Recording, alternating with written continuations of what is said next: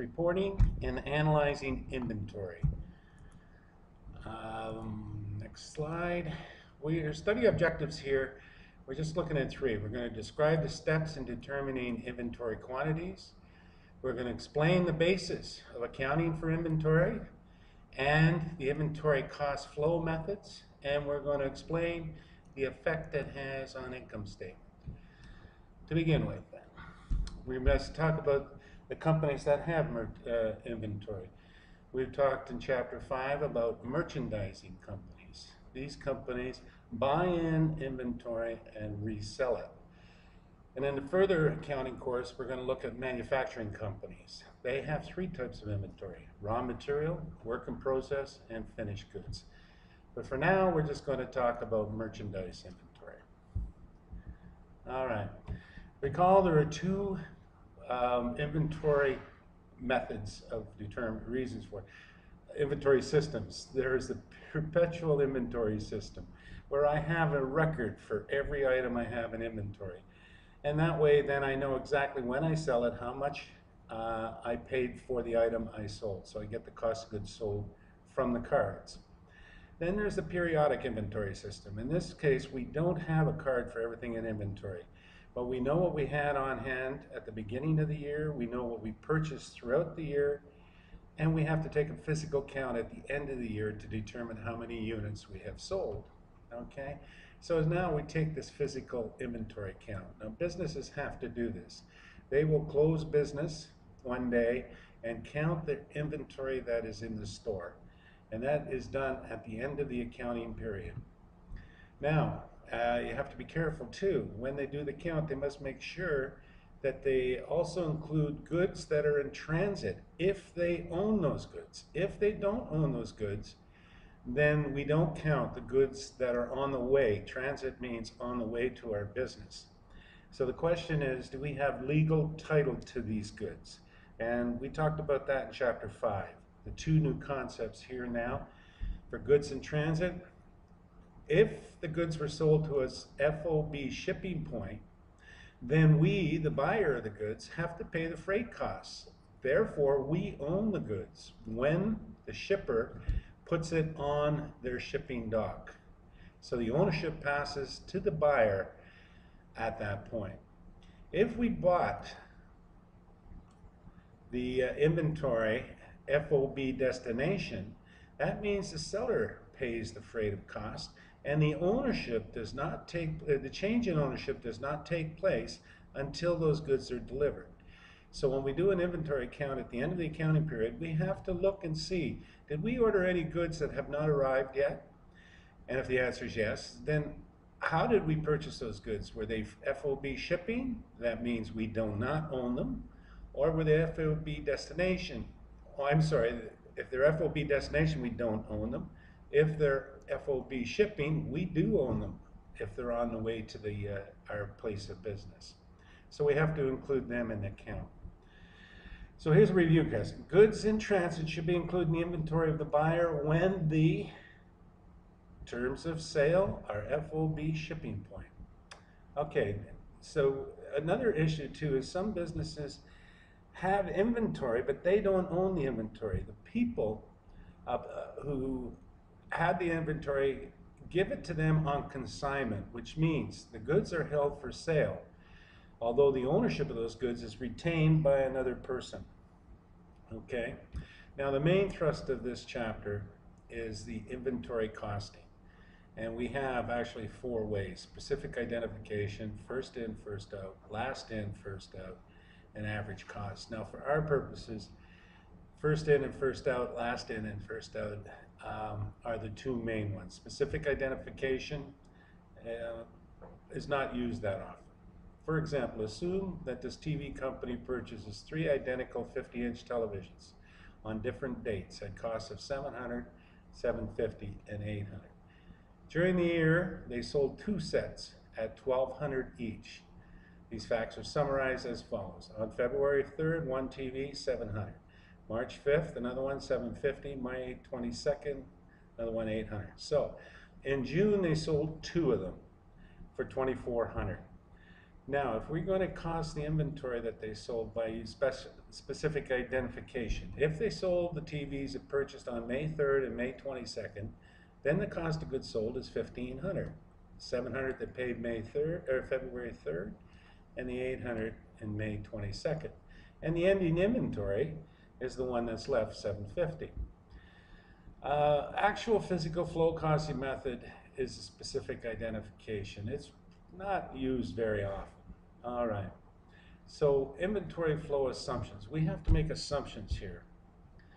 And in this case, we have Houston Electronics. Now notice that they had 100 units in beginning inventory.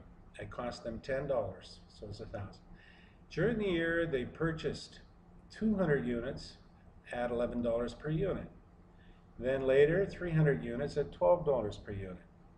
And finally, November 27th, 400 units at $13. So you can see that the prices have been going up. The cost to buy these items have been going up.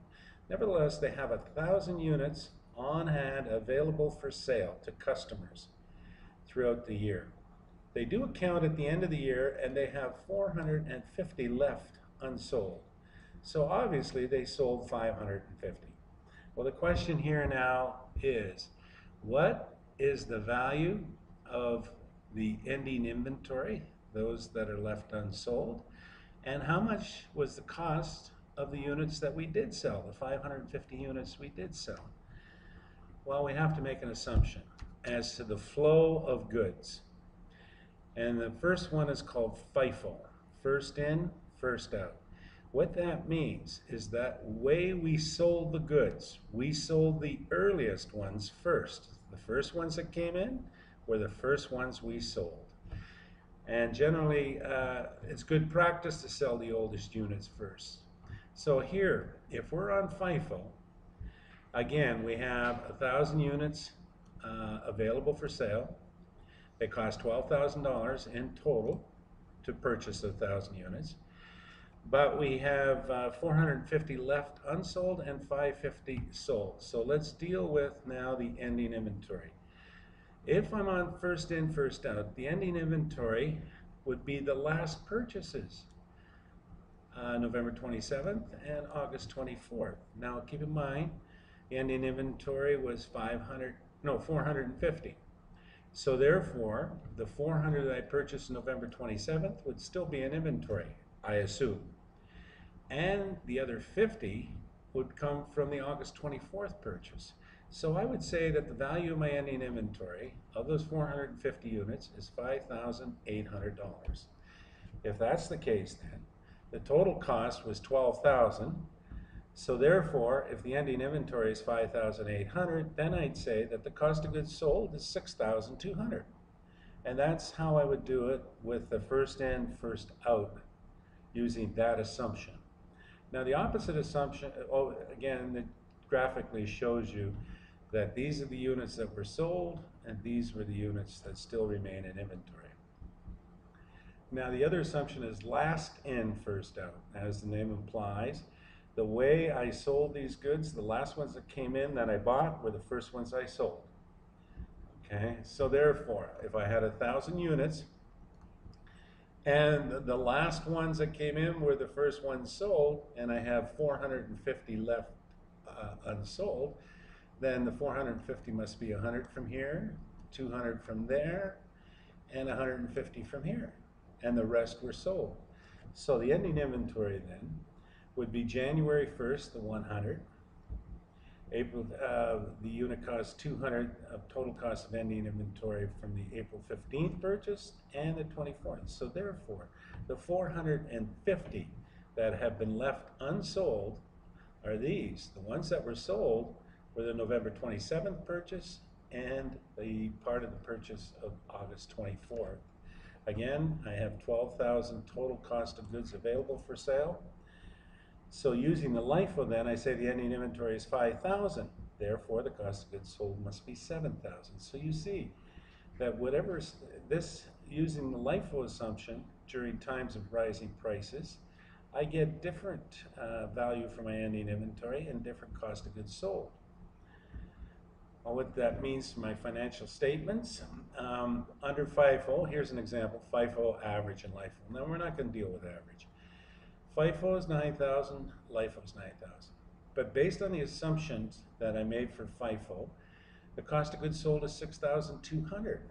And therefore, because the cost of goods sold is 6,200, my gross profit is 2,800. Under LIFO, I have a higher cost of goods sold and a lower gross profit. And therefore, the net income is higher under FIFO than it is under LIFO. So it looks like this company, you see if they had the FIFO method, it shows always a higher net income than LIFO. Why? Because I'm selling the older, lower cost items. So my cost of goods sold is lower, therefore my net income is higher. Also though, my inventory balance that I show on my balance sheet is higher under FIFO than it is under LIFO, because the inventory balance means that the inventory I still have on hand were my latest purchases. And during times of rising prices, my latest purchases would have been more expensive. So in summary, in periods of rising prices, FIFO reports a lower cost of goods sold, therefore higher net income and higher inventory balance. Whereas LIFO gives you a higher cost of goods sold, lower net income, and lower inventory balance. Okay, and that completes everything we need to know in Chapter 6. Thank you.